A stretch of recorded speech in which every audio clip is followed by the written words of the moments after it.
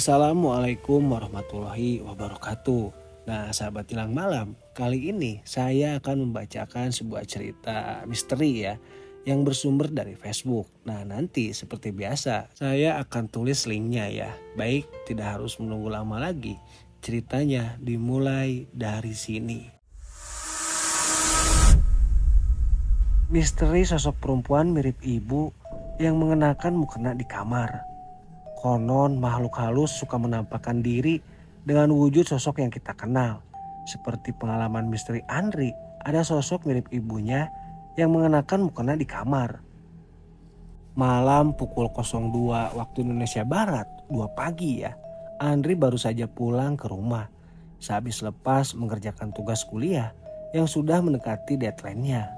Saat itu Andri merasa lega karena tugasnya yang cukup menyulitkan itu akhirnya dapat terselesaikan. Ketika sampai di depan rumah, Andri langsung mengetuk pintu. Namun tak ada sahutan dari orang yang berada di dalam rumahnya. Andri pun mencoba membuka pintunya sendiri dan berhasil terbuka. Andri sempat bertanya dalam batinnya, tumben sekali sudah jam segini, pintu belum dikunci. Mungkin ibu sama ayah lupa mengunci pintunya, gumam Andri. Andri pun bergegas masuk ke dalam rumah dan menutup pintu itu kembali. Selepas menutup pintu, Andri langsung menghampiri kamar ayah dan ibunya untuk meminta kunci rumah agar segera mengunci pintu rumahnya. Andri mengetuk kamar orang tuanya. "Yah, Bu, kunci rumah mana?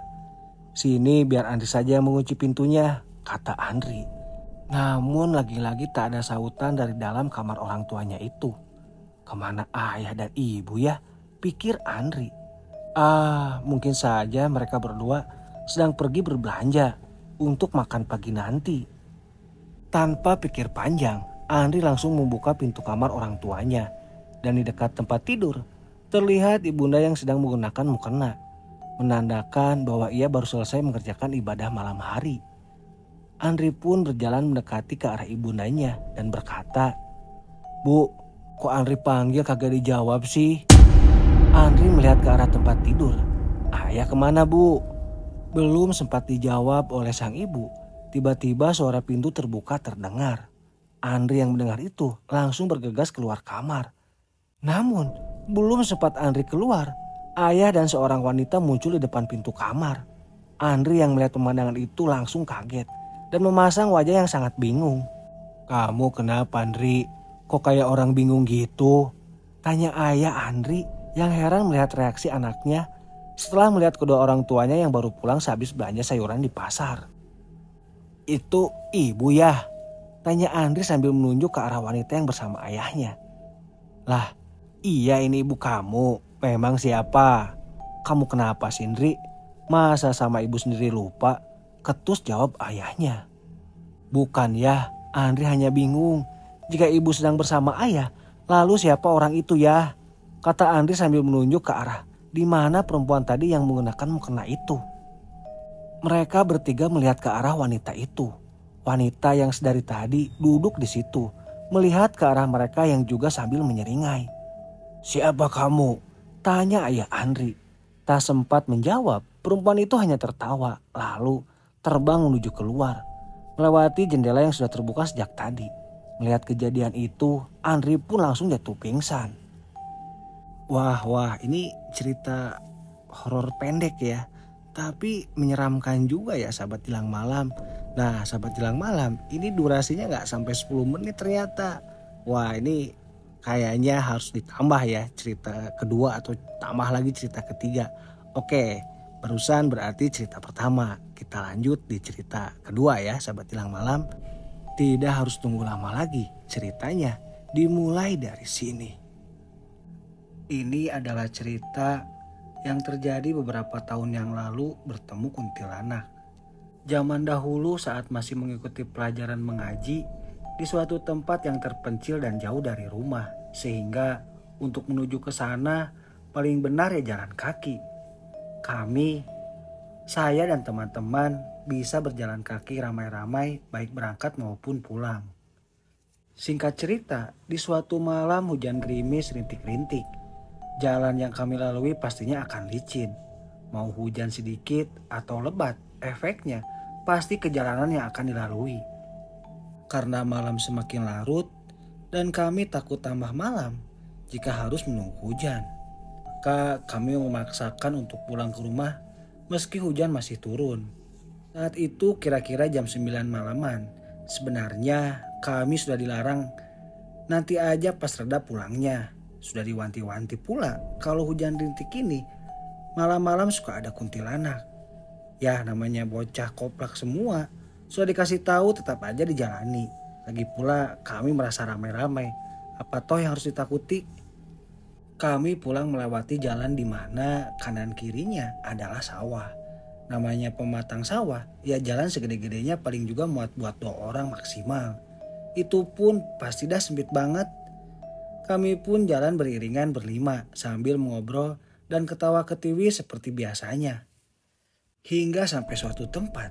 Di suatu tempat yang ada pohon bambunya, tiba-tiba gelak tawa kami dihentikan oleh suara seperti anak ayam. Ciak, ciak, ciak. Apaan tuh? Apaan ya? Anak ayam. Wah lumayan nih bisa dibawa pulang, ujar salah satu sahabat. Sementara saya langsung teringat akan cerita orang tua, akan ciri-ciri kehadiran kuntilanak. Wah jangan-jangan saya membatin. Dari suara anak ayam, tiba-tiba saja suara itu berubah menjadi suara cekikitan, tawa wanita yang terdengar dari kejauhan. Artinya kuntilanak itu sangat dekat dengan kami. Tersadar itu bukan suara anak ayam lagi. Kami semua berlari, serabutan tunggang langgang. Saya berteriak agar kita membaca doa. Namun tadi gubris. Tidak ingin konyol, saya pun ikut lari bersama yang lain. Mendadak sontak pematang yang sempit itu ramai oleh kaki-kaki kami. Tentu tidak muat karena kami berusaha berebutan. Akhirnya ada 1-2 yang potang-panting jatuh ke sawah. Semakin berlari, semakin keras suara kunti itu. Dan bahkan sekilas menampakkan sosoknya yang putih-putih itu. Suara tawa diiringi kelebatan kain yang tertiup angin. Kami dikejar. Dalam lari saya kembali mengingatkan mereka untuk berdoa bersama-sama. Kali ini mereka menurut. Akhirnya perlahan tapi pasti suara kuntilanak itu pun menghilang. Dan kita berlima selamat sampai ke rumah. Tentu dengan pakaian kotor tak beraturan. Baik sahabat Jelang Malam, cerita kedua selesai ya. Ini gak ada serem-seremnya ya, cuman saya ngebayangin ini malah jadi lucu ya. Masa kanak-kanak pulang ngaji gitu kan rame-rame, pulangnya malah dicegat kuntilanak gitu kan ya, dicegal kuntilanak. Berlari-lari, soundtrack pada jatuh, ya udah kebayang ya. Kalau misalkan kita yang ngalamin seusia anak-anak itu pasti takut. Baik sahabat Jelang Malam, semoga di 2 cerita ini teman-teman terhibur ya. Intinya terhibur, dan jangan lupa juga yang belum subscribe, jangan lupa di subscribe dan tekan tombol loncengnya ya. Agar video-video yang terupdate dari Jelang Malam tersampaikan ke channel kalian. Nah sahabat Jelang Malam, sekali lagi saya ucapkan terima kasih ya. Dan mohon maaf apabila ada kata-kata yang salah dan intonasi yang tidak menyenangkan atau tidak enak lah ya. Baik sahabat Jelang Malam, sekian. Wassalamualaikum warahmatullahi wabarakatuh.